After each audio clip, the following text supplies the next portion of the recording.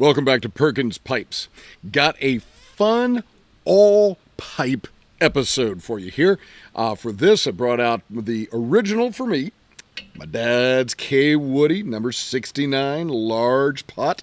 I think maybe the sun is picking up a little bit of that grain there. I do think the grain is just so pretty on this. And there's a reason for this particular pipe. So, as always, let's get this guy lit. Let's get to talking.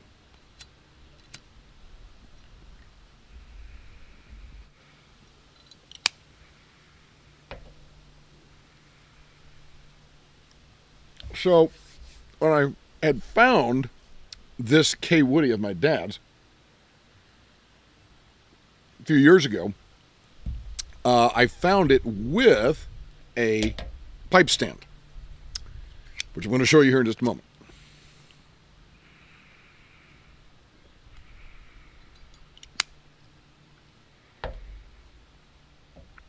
He had it with this, and I'm going to show it this in the stand here in just a moment. He turned over, see we got the Nihil logo on there, so he had a Nihil pipe stand to go with his Kaywoodie pipe, and sits in there, as you see, quite nicely. Then, shortly after I got into the piping, I discovered his Kaywoodie campus. And I thought, well, this is my second pipe. I thought, well, I need another pipe stand. So, out of some scrap wood, and I may have shown you this before, but out of some scrap wood, I made this guy. I get a little look at him there. And put my dad's Kaywoodie campus in this. Along the way, I ended up building, I think, a 10-pipe rack. And when I got my Savinelli Bing's favorite, I put it in this rack that I had made. It fit a little bit better, being a longer pipe.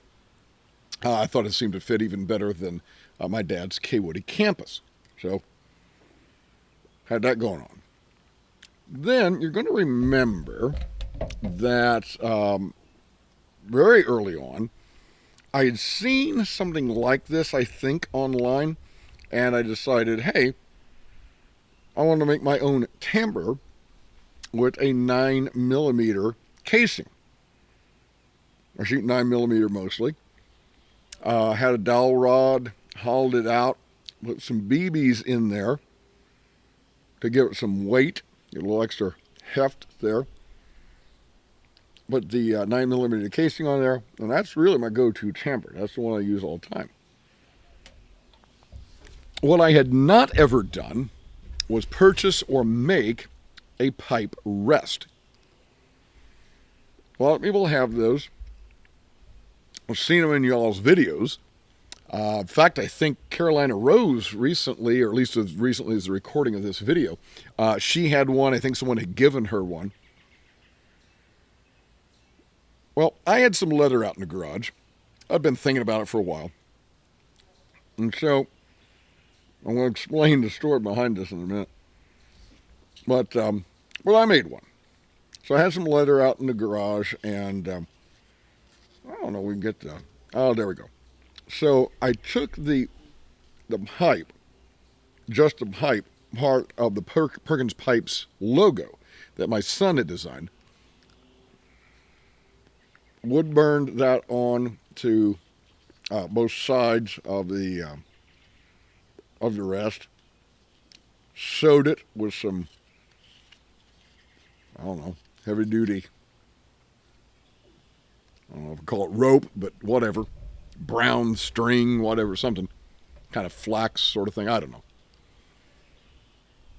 I did stain this with the Vibings dye, which I've used for some pipes. And show it to you here, and you know, that works nicely. I checked it with several pipes. Even a smaller pipe like this will sit in there quite nicely. Longer pipe will sit in there quite nicely. I've got a couple of sitters that really don't need that. But there you go. So let's talk about the why and the how of this, my new little, the high and the wow, the why and the how of my new pipe rest. Like I say, I'd seen it, seen people have them, and I just had never felt the need for one.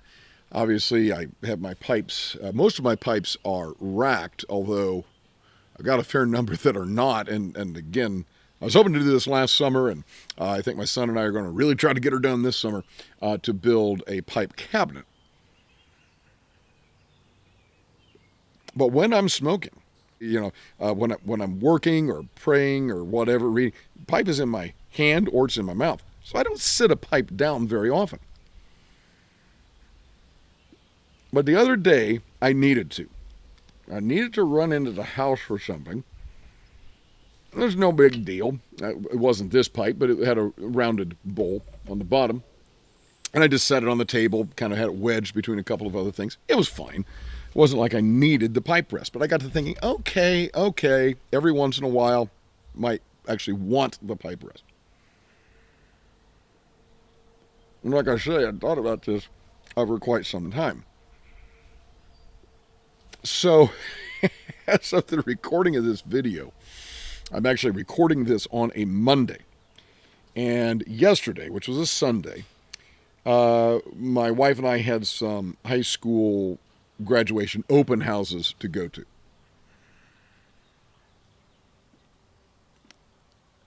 About a half an hour before I was supposed to leave to go to one of the open houses, I ran out in the garage, got this piece of leather. One end already had this triangular shape cut out of it. I don't remember why. Oh, yes, I do. I might remember why. I think I made a bookmark out of this longer strip at one point. Anyhow, I decided to cut the triangular end out of the other. Practiced sewing on a scrap piece. Then thought, hey, let's try to transfer the design and burn into the leather and stain it so it'll be ready to sew up when I get back. So about a half an hour before I was to head out the door to go to a function, I'm fooling around with this out here on the deck. By the time I came back home, it's dried, great, sewed it up, we're ready to rock and roll. So I've got a number of questions for you this time, and they're kind of all over the place. One, do you use a pipe rest?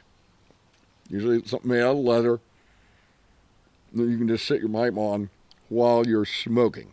Do you have a pipe rest? Do you use a pipe rest? Number two, have you ever thought about making a pipe rest?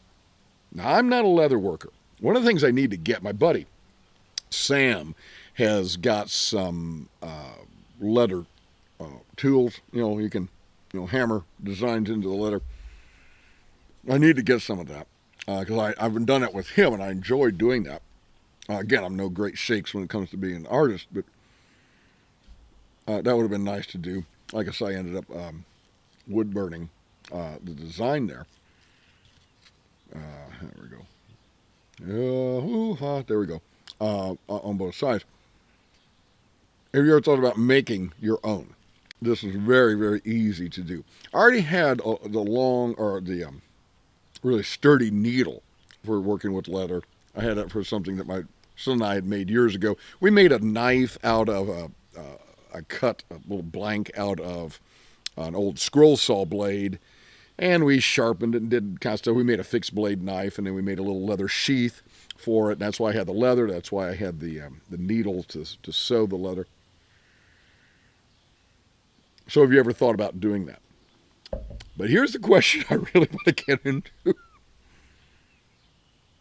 How many of you find yourself getting into a project at the most inopportune times? Like, you're getting ready to go out to dinner. You're getting ready to go to church. Whatever it is. And suddenly you have this idea and you're like, ooh, I got 20 minutes. I got a half an hour. I can get part of this project done. I'm doing that all the time. I do it with writing. I obviously do it with various crafts and so forth. And I'm never late to stuff. It really, I don't push it that far. But sometimes I am kind of running out the door. Partly for me, it's about making good use of my time. Right? I don't want to sit around and waste time. I got 20 minutes. I guess can't really do anything in 20 minutes, and then just you kill 20 minutes.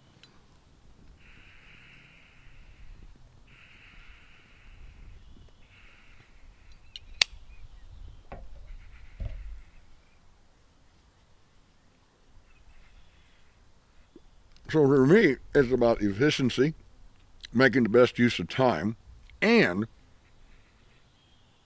when I get an idea in my mind, or as we used to say, when I get something between my teeth, I don't want to let it go. And I want to jump on it right then and right there. I'm probably still a kid at heart. Well, I know I am. I know I'm a kid at heart. But there may be some of that. Maybe some of that childhood, ooh, let's play with our toys right now kind of aspect. So, love to know what you think. As always, as Malcolm Guite likes to say, I do these little things in order at last to do nothing. Or as I like to say in Latin, Parva ut tandem, nihil agam. Have a wonderful day.